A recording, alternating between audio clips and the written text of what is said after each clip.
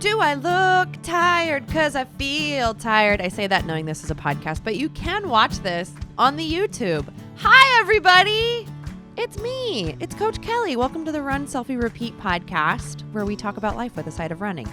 Though this time of year, this season of my life, I'm talking a lot about running because this isn't our short weekly pep talks. This is Project 159. It's our little layover on the way to BQ or Bust, which, I don't know, looking at how training went this week is starting to feel more plausible for spring. So I don't know. I mean, listen, I don't know. We still have weeks of training left before the half, and then I'll really have a good idea of whether or not a spring half marathon or spring marathon or a fall marathon in 2025 is the thing. For those of you who are like, what's going on? Hello.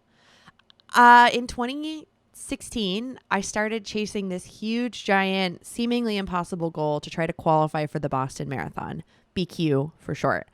I know BQing is very in vogue and very hip and cool, and everybody's trying to do it. I've been trying to do it like many for a very long time, a very long time now.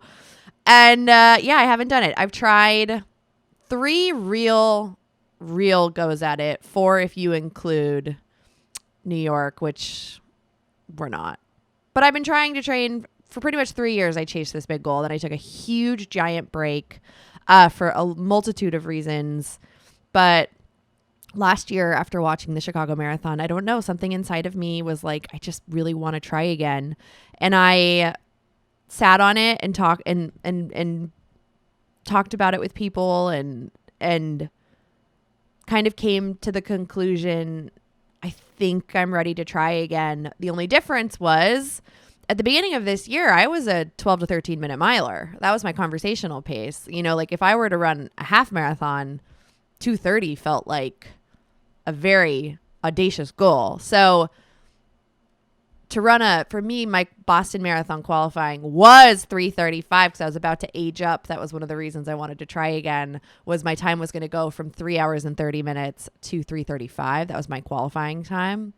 And then 2 weeks after announcing, they decided, hey, we're moving the standard because too many people are fast. So my time's back to 3:30, which is a bummer. But at the end of the day, it doesn't really matter because I can only do my best. And if my best isn't good enough to run the Boston Marathon, that's okay. My best is good enough for me. And the fun part's trying. So I am scared after watching all of my marathoners. We have a marathon training experience going on in Badass Lady Gang. For those, if you don't know how our training works, we kind of have like 4 buckets that you can do. You can do one-on-one coaching. So if you're looking for weekly meetings with me where we are like really talking about your goals, we're adjusting, we're talking through all the mental stuff, just one-on-one, check out our one-on-one coaching. It is definitely a premium. It is not cheap, but you do get access to the team, training experiences, everything that we have available, including weekly coaching calls with me. And then our next offering is our Badass Lady Gang training team. Our training team is my way of providing affordable coaching to as many people as humanly possible. I think coaching is very expensive, and I don't think most people need a one-on-one running coach. What you need is access to a coach, access to resources, and then most importantly, a team. People to learn from, learn with, commiserate with, cheer for, have support you, all of the things. So our training team, you get access to over 6 weekly coaching calls, which is more than you will find literally anywhere. I am sure of it. You have so many opportunities to hop on coaching calls with me so that we can talk about your training. We can adjust your plan. We can talk about what's working, what isn't working, all the things, and you can connect with your friends. It's really exciting this time of year where everybody's kind of going for these big goals. And after spending months, I'm thinking of a couple people in particular where I have so many of my athletes I've been coaching for 4 years now, and just watching a couple this last year go through these like really rough places, whether it was their lives, personal lives, or running related, where the running world made them feel a certain way. And they really just showed up for themselves in spite of all of these just really defeating experiences. And then crush their goals in the fall and have these huge leaps forward. I mean, some of them PR'd, but like for me, the PR is irrelevant. It's the training arc and how they just kept showing up for themselves and were able to just, oh my God, that's the best. That's the best. You're cheering for them on race day and you know everything that they pushed through. You know, this weekend I had a couple athletes just like, I'm just so proud of them and I can't wait to hear about their races. So the team is very fun. Highly recommend. And we'll talk about more about the team in a second. But that's our team. You get access to the training experiences, customized training plans, all of our strength video library, our live strength sessions with Coach Amanda on Mondays, all the coaching calls with me, the journals, all the things. You get a 15% off coupon for Badass Lady Gang merch. Lots of stuff are available to our team. And then we have our training experiences, which I call Badass Lady Gang Team Light. So our training experiences, you get one dedicated training experience coaching call every week. And I will say, if you can't come to the coaching calls, I don't really recommend the training experiences. The coaching call is the special thing. You could absolutely email with me and go about it that way. But the best part is the coaching call where we like really go over the journals and we go over modifying plans and adjusting plans and talking and supporting each other. So the premium price for the training experiences is for the coaching calls. So if you can't make the coaching calls, you can absolutely still do it and walk away with a really transformational experience, but you won't get out of it what I want you to get out of it. So highly recommend coming to the coaching calls. But that's the training experiences. We actually just announced the next year of, I'm pulling up my phone. All of our training experiences for 2025 we just announced. So we're kicking things off December 16th with a 12-week March Half Marathon training experience. We are also kicking off on December 30th an 8-week Get Stronger and Faster training experience. So if you're looking on getting faster and trying to build speed, that's something for you. December 30th, we are also kicking off an 8-week Become a Runner training experience, which we've never done. So tell your friends who maybe are like, I want to start running. That's for them. January 27th, 8-week 5K and 10K training experience, which will be really fun. February 24th, we are kicking off an 8-week base building training experience. March 5th, we are kicking off a 12-week May Half Marathon training experience. March 23rd, we're doing another Get Faster and Stronger training experience. So again, if you want to really focus on trying to build some strength and speed, that's for you. April 28th, another 8-week base building training experience. This one tends to be really popular with everyone who's getting ready for their marathons. June 24th, we kick off our our second most popular training experience, the 20-week marathon training experience. The Turkey Trot is the most popular.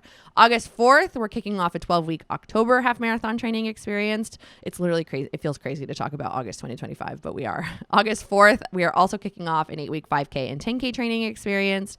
August 7th, our Turkey Trot training experience kicks off, and that is a wrap on 2025 training experiences. So lots of training experiences coming down the pike. Exciting, cool. And then our last training option are our running plans. Our running plans are your cookie cutter training plans. I don't have access to them once you start them, so I can't customize them. There's no coaching. There's no emailing. You get it in Final Surge, and it comes with a strength and yoga video from Coach Amanda, and you're off to the races. You also have little tips and tricks and stuff like that, but they're our most affordable option, but you get the least support. So those are all the ways that you can train with us. And we have a very, very exciting announcement. We are changing our Badass Lady Gang Ambassador program. So starting November 1st, the ambassador program, we're becoming an affiliate program. Affiliates are a way for you all to earn money by doing what you're already doing, which is talking about what it's like to train with the Badass Lady Gang, and encourage your friends who are doing training experiences, programs, coaching services that just like don't support them. Here's the thing. In August, my Facebook pages were hacked. My Kelly KK Roberts Facebook page was hacked, and then my Badass Lady Gang Facebook page was hacked. So my business pages were hacked. And I have tried for weeks and weeks and weeks and weeks and weeks to get them back, and I can't. And here's why it's significant. With Facebook or Meta, we spend a significant amount of money every year on advertising, on ads on Instagram and Meta. And the hackers are still in my Meta pages, and I don't want to give them any money while the hackers still have access to my account. where they're able to spend money on their own ads. So I'm not giving Facebook any more money. I'm done. I'm so annoyed that there is literally no one that you can talk to at Meta. The amount of people I've emailed, there's literally people who follow me who work at Meta who saw when I posted about it, reached out to me and were like, let me see if I can help. And we're not able to help. So a giant fuck you to Meta. We're not giving you any more money. I know I'm a small little girl who doesn't give, tens of thousands of dollars a year, but I do give you thousands of dollars a year. And I would rather give thousands of dollars a year to my Badass Lady Gang. So we're becoming an affiliate program. So here's how it works. You can apply to become an ambassador. And then once you become an ambassador, we have a bunch of resources that will become available to you, from templates to ways to share to content ideas. If you are someone who shares your story on Instagram or TikTok or YouTube or blogging or things like that, you will get a unique link. And then for every single time a new team member or someone joins a training experience via your link, you will get a commission. So year round, our commission rate for everybody is 20%, which is a significant commission. But as we launch this program, two things are happening. In November and December of 2024, our commission rate is going to be 30%. We're giving everybody 30% commission across the board for 2 months to celebrate this new program. And I'm not doing a Black Friday this year. Normally our team only goes on sale on Black Friday, but this year we decided, annoying, frustrating. I hate it. I hate that you feel like stuck and locked in on this weekend that is completely inconsequential. It means nothing, right? So we're putting the Badass Lady Gang training team on sale for November and December. So you can join at a very, very, very significant rate, much, much less than what it normally is. So exciting things, right? If you are if you know 2 people or 1 people or 5 people who are already thinking about doing a training experience with us or who are thinking about joining the team, joining the ambassador program. The application is going live this week. So I know that everybody listens to this in real time, but it'll be available before the end of October. So keep your eyes peeled. You'll apply. Once accepted, you'll be brought into the program. We'll be starting at the end of October when acceptance stuff will be going out. So keep your eyes peeled. We are so excited about this ambassador program. I'm so excited to repay all of my community for doing what you're already doing, which is talking about what it's like to train with us, how transformational it is, your experience with it, how it has helped you, how it has helped you grow, how it has helped you feel, in the running space, how your running has changed, all the things. So F you, Mark Zuckerberg. I'm giving all the money I would have given to you, you empty, moralless company. I hate Facebook. I hate it. I hate it. I hate it. I hate it. I've wanted to get off it forever. And guess what? This is a gift. Bye-bye. Peace out. I'd rather give all the thousands of dollars to the Badass Lady Gang. So yay, ambassador program. Keep your eyes peeled for more information on that. And if you're thinking about joining the team, November and December of 2024 is the time to do it. Big sale, big sale, big sale. Yay! Enough housekeeping. Let's talk training. All right, week 7. So this is a wrap of week 7 of half marathon training. I'm training for the Philly half marathon, which is the week before Thanksgiving in November. Couple things. One, I absolutely hate how late the sun gets up. I am an early bird. I wake up at between 5 and 6, sometimes 4:30. I just wake up really early. I love waking up early. I love going to bed early. I'm a morning person. I hate that the sun raises so late because I have a harder time getting up early and I need my mornings. I need those. That's my time. That is my time and I need it. And this happens every year. So I'm struggling there a little bit and it just takes me a lot longer to wake up and feel like a human. I'm not going to say I miss summer because I'm obsessed with 50-degree running, and especially when we get those 40 to 45-degree crispy mornings. I mean, the fall glow up is here. The fall running glow up is iconic. I look forward to it every single year. Yes, yes, yes. Oh, wait, one more housekeeping. New York City Marathon. Woo, the New York City Marathon's coming. If you are coming to New York for the New York City Marathon, oh man, I'm sorry. I wasn't ready for this. It's so far down in my outline.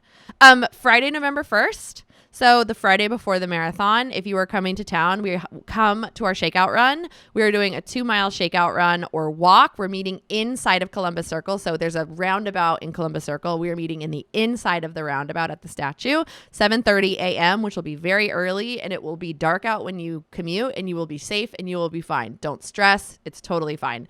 It is very safe.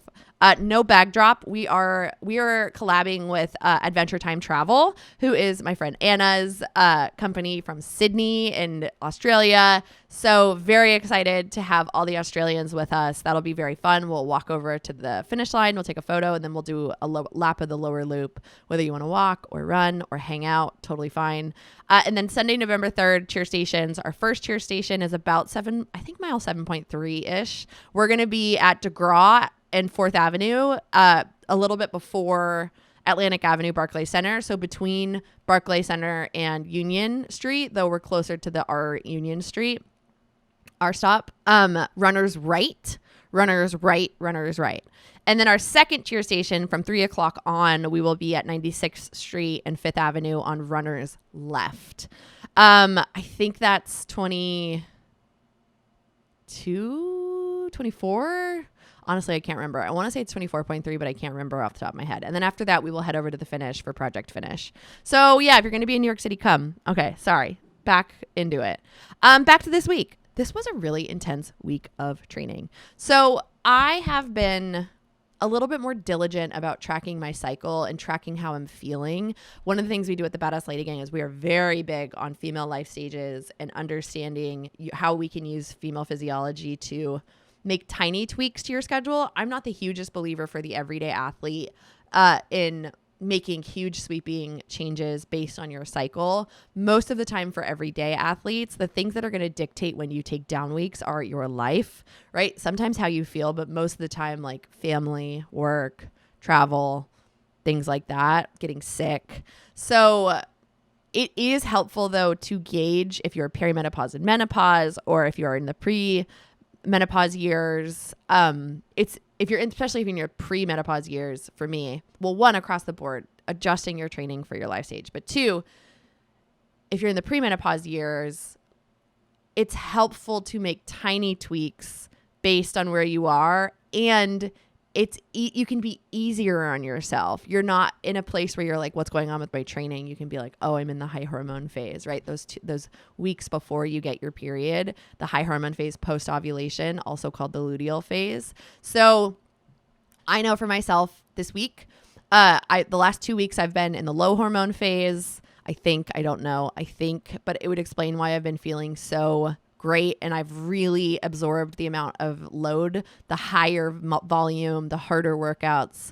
I really felt really strong and good on most of my sessions and performed well. So I'm wearing my Apple Watch at night again to try to get my wrist temperature, because that's one of the ways that you can see ovulation. Because when you ovulate, you have a big spike in your temperature and from your baseline. So I'm pretty certain this weekend was an ovulation, and I'm the type of person that feels like a superhero when I ovulate. Some people feel totally flat on ovulation, but then in like 36 hours feel like a superhero. So we all have this like superhero window if you're in the premenopause years. For me, it is ovulation, and I had that this weekend. So, and then like clockwork, last night I had the worst sleep. I was up every hour. I just slept like shit. I was so hot, and I was like, welcome back to the high hormone phase. So I just crash in my high hormone phase. I really struggle in my high hormone phase. I feel like shit. I feel tired. I feel heavy. I'm hot. I don't like it, but whatever. It's helpful to know. This week is also, the last 2 weeks I've had huge speed sessions, huge speed workouts, really intense, both interval pace work and threshold pace work, which is very taxing on your body. I saw huge leaps in my fitness. We'll talk about that in a second. And I've also, something you're not seeing is I have been taking so much time on rehab, prehab, and recovery. So like really foam rolling, spending upwards of 15 to 30 minutes warming up before I run. I have just every single day been doing stuff to try to stay healthy. I've been dealing with some piriformis stuff for months, and it is a blip because of the amount of work I'm doing, which is so nice to like not have to worry about it, to know that like I'm managing it and I'm keeping that fire out. So, I mean, prehabbing is the name of the game, and really taking your time to rehab and prehab stuff is really, really important. My headspace has also been really, really great, but also the runs have felt really great. So sometimes your headspace tends to be a little bit when things are going well. So I'm not going to discount the amount of work that I'm doing. The journals that we have at Badass Lady Gang, I use my journals, and I do all that work, and I'm visualizing and doing all that stuff that I teach all of you. So it works. I am proof. It's, if you do your mental stuff, like, you're going to notice a huge fucking difference. And sure, it is going to feel much smoother when things are going well, but you will really notice it when things are not going well, because if you're able to stay present and relatively neutral when things are exploding, that is truly everything. It is everything. So yeah, like this was a really intense week. And so let's go over last week before we go into this week. I had, most of my runs were really great. Monday, I intended to do strength work and cycling. I was able to get out for a ride and do my strength work. Tuesday, I had originally intended to do my track day, so 6 by 800 meters at interval pace with a 2-minute recovery. I ended up doing 2 by 2 miles at threshold pace with 3 minutes of recovery. So I swapped my Thursday and Tuesday. I didn't have enough time to go to the track. It was nice because I wasn't really in my head about it, because I wasn't anticipating doing that workout. I was kind of thinking more about the logistics of the track, not even the workout itself. So when I made that audible to just like go to the park and do that, I just like didn't even have time to process that this was going to be, you know, harder than the last 2 weeks of workouts, because it's longer. And it was the best workout I have had all year. It was so shocking. It was like a crisp 42, 43 degrees. It was so lovely out. It was cold and nice. And I just felt, well, that's not true. My warm up actually did not feel great. I felt a little heavy, and I was kind of like, whatever. I mean, look, everybody knows once you kind of like mature as an athlete, you know, like your warm up is not an indication of how your workout's going to go. Your warm up's just your warm up. So like leave whatever just happened behind when you do your drills or get ready to do your intervals. And the first one was so filled with ease. It was I was cruising, and I felt so fast, and I wasn't even able to pull it back. Even when I thought I was jogging, it was still too fast. The first rep, so the first 2 miles, I averaged 8:44 pace, which is what? So that was awesome and shocking. And then for rep 2, I was like, great. If I could just hit that 9 and hold, that would be great. There was a hill in that one, and I just crushed it. It was 8:37 average pace, and it did not feel hard. And I mean, it didn't feel easy. It wasn't harder than, you know, like it should have been. There was so much ease. I was so neutral. It flew by. I felt so strong. I was happy. I was also listening to Hamilton ever since last week when I listened to Hadestown on my long run, which was so, like, I love listening to, there's certain musicals that, just besides having like, just like a killer score and being a killer show, their soundtracks are written in a way that they kind of are their own show. There's some musicals that when you listen to it, like, you can tell there's like major story missing, but like Hamilton and Hadestown in particular are like 2 examples of soundtracks that are designed to have like the listening experience is standalone to the actual play.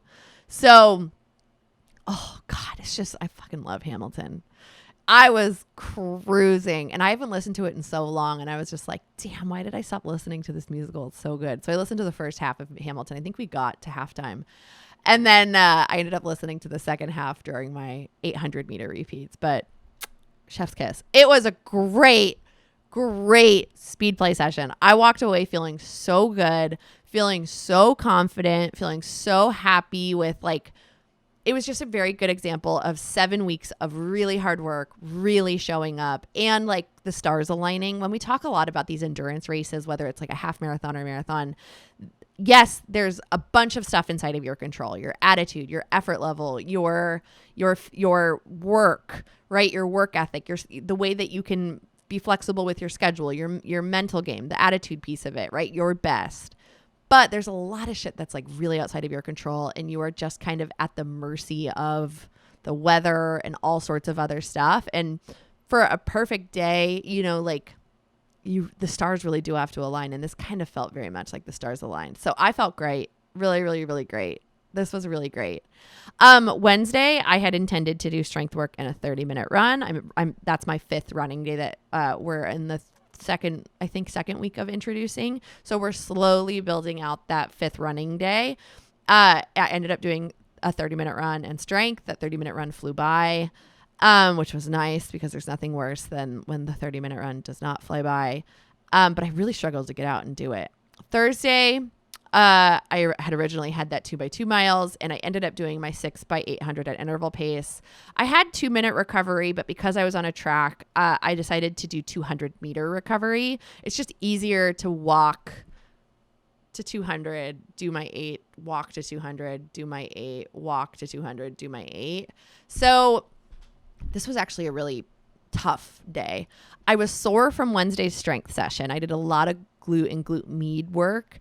So I was a little bit sore going into it, but nothing terrible. I just felt off, and the track was in my head. I've just like really wanted to get to a track, and listen, I will always choose a track for its track work, because when you're on a track, you never have to worry about where you are. You know exactly where you are. You know, if you're at 100 meters, 200 meters, 400 meters, you can see how far you have to go. You know, it's just like so much easier to cruise and like turn that side of your brain off where you're kind of,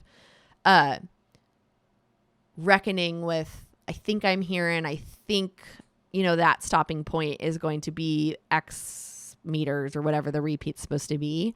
So I wish the fucking Red Hook track was done. I'm so annoyed that our track is not available to us right now, because I live 3 miles away from both tracks, the McCarran track and the East River track in New York City, which like are kind of like the 2 tracks that everybody goes to.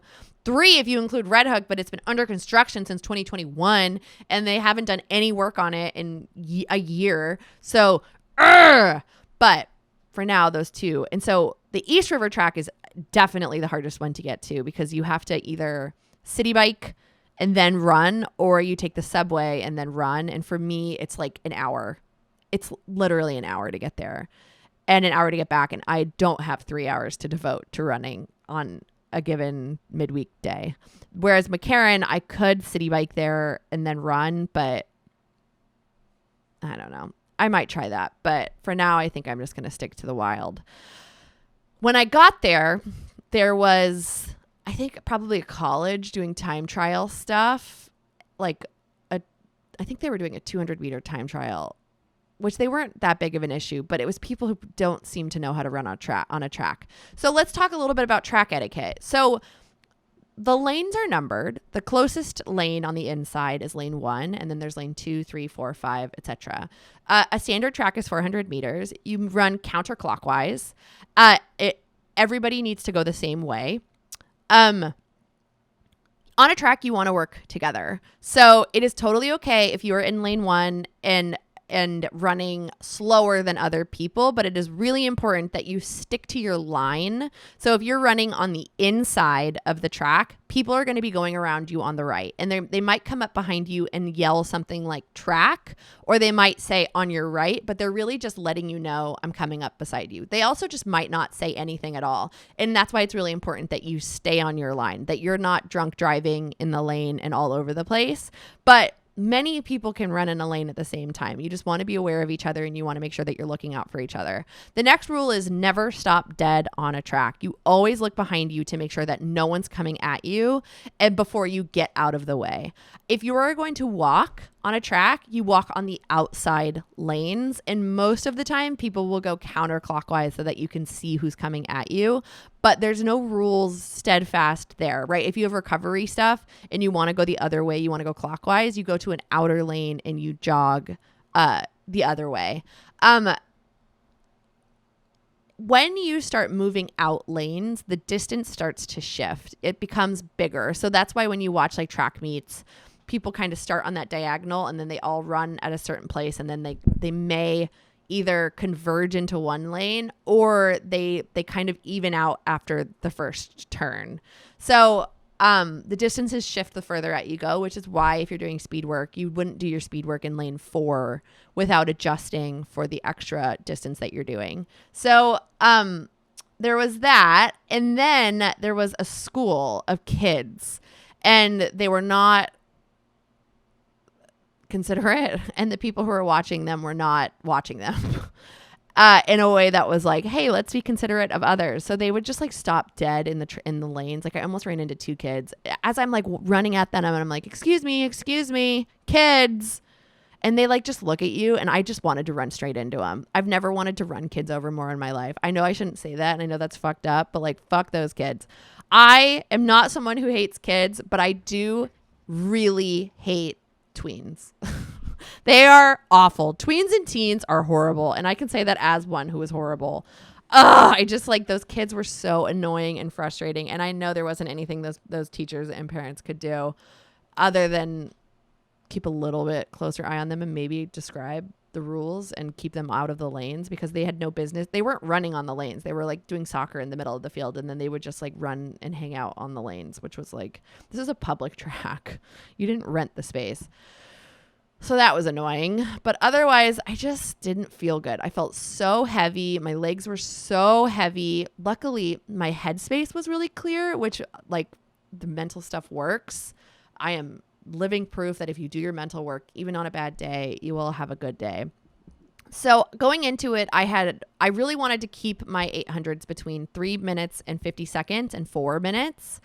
Obviously not knowing what would happen and how I would feel. But the first rep, I was 349 and felt fine. The second one was 356 and felt really hard. The third one was 408 and felt terrible.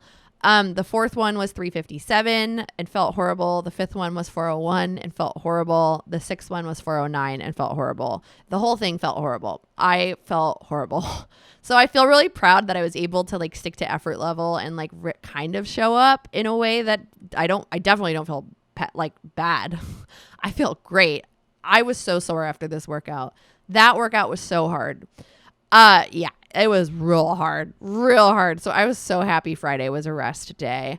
Saturday, I had a 2-hour long run, which, ooh, baby, I cruised. Going into it, I had given myself the out. I was like, I'm still a little sore from my Wednesday and Thursday workouts. I don't know how this is going to go. So if I don't feel good in my stride or my gait is off, I'm going to do 90 minutes. I'm going to take a kickback week.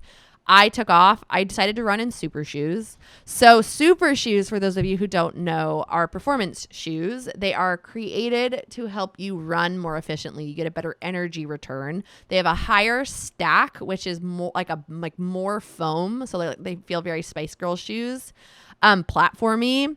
And they normally have a carbon plate or multiple carbon plates in them. Sometimes super shoes can be more of like a hybrid and have something like a nylon plate. Nylon? Is it a nylon plate? As I'm saying it out loud, that sounds wrong. They have a different kind of plate that's not carbon. But it's about really making sure that your stride propels you forward. They feel very like bouncy. My super shoes are old. They're from 2021. So I have 2 pairs right now. I have a Saucony and then I have a Nike Vaporfly 2. I don't know what the Sauconys are. I think they're Endorphin Speed 2s. But they feel so different. The Sauconys feel smushy. Like they're so smushy. And then the Nikes are really firm, although they used to feel very bouncy. So I think with age, the foam has gotten harder. I was like, do I run in the Sauconys or do I run in the Nikes? Because I definitely want to do my half marathon in super shoes, I've decided. Here's the thing about super shoes. I haven't ran in super shoes in a long time. I sometimes do a time trial in them, but for the most part, I don't run in super shoes. They are very uncomfortable and they are not great for your gait. They are to be used as a tool and not your go-to tool.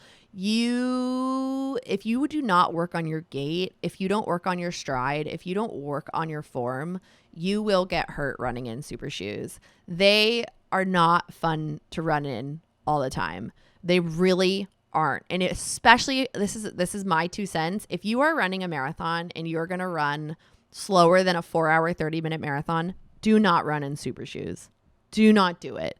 You will be so uncomfortable and put yourself at risk for injury when you start to shuffle. You cannot shuffle in super shoes. Your form, the integrity of your form has to be so strong when you run in super shoes. Otherwise, you put yourself at risk for so many running injuries. Super shoes are not for everyone and they are not magic. You have to do your part to be efficient and run strong in super shoes. You absolutely can crush and run fast as fuck in normal shoes and run strong. You do not need super shoes. So Kelly, why are you wearing super shoes? Because I do run a little faster.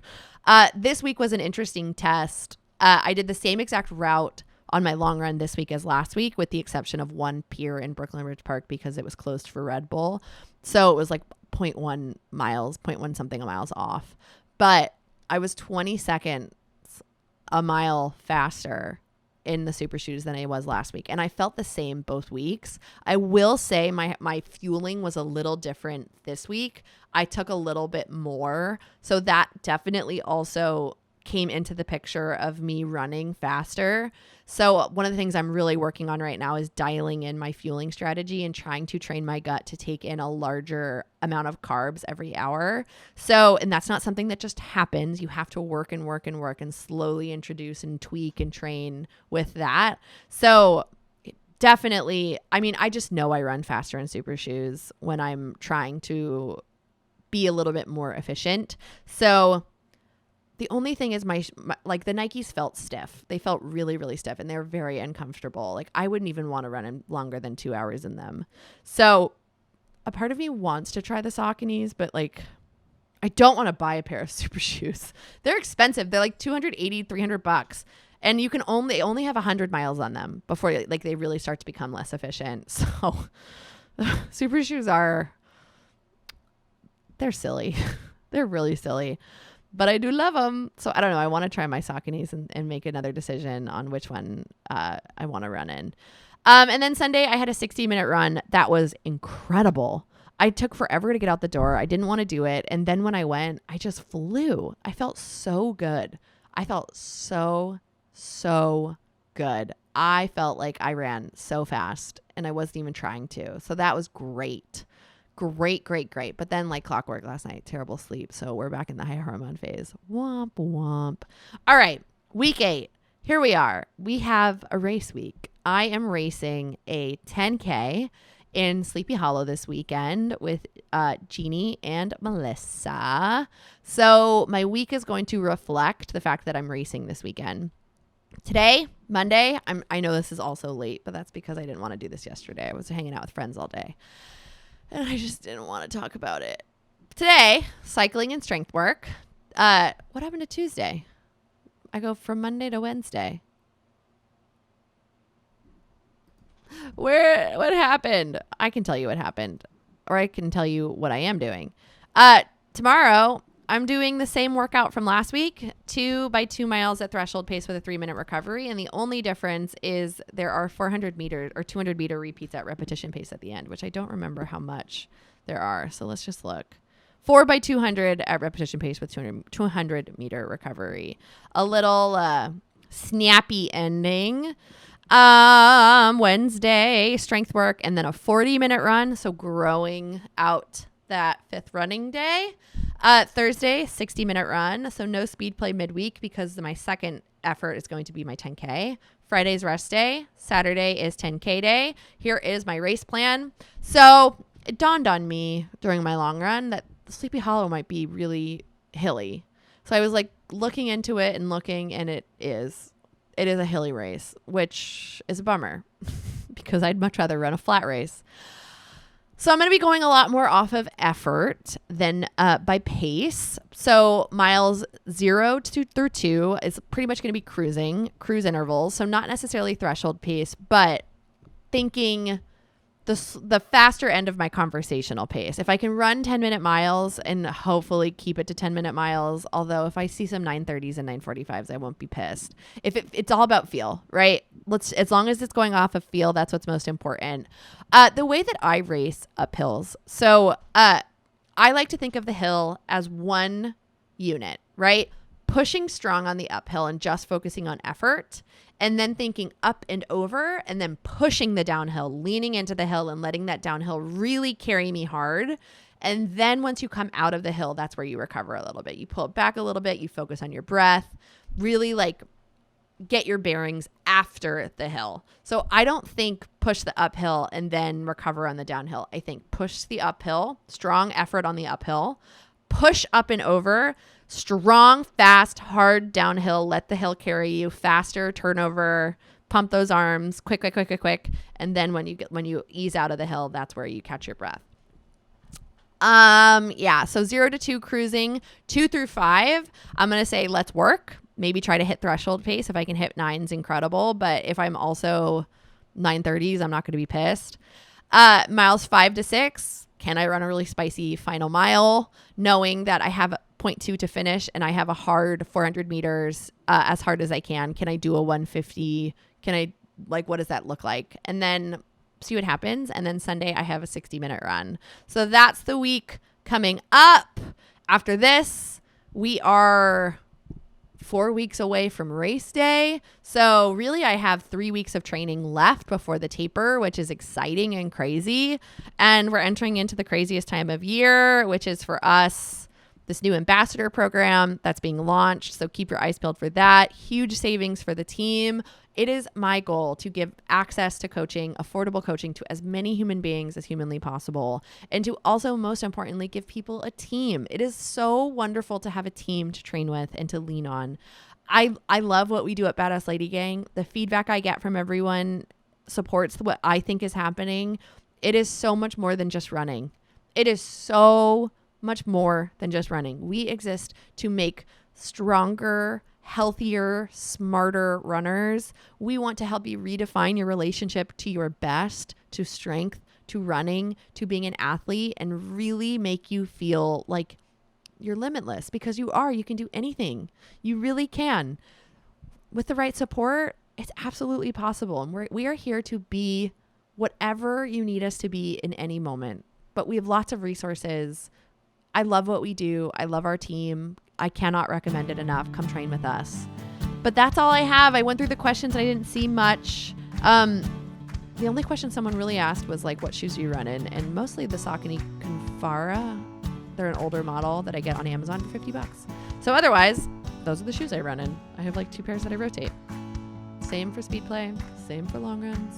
You saw me running super shoes this week, Vaporfly 2s. But otherwise, that's all I got. If you have any questions, comment on social media, shoot me an email. And I'm so excited. I hope to see you on the team. Kick ass and take names, everyone. Take name? Am I okay? Kick ass. Take names. I'll talk to you soon. Bye, gang.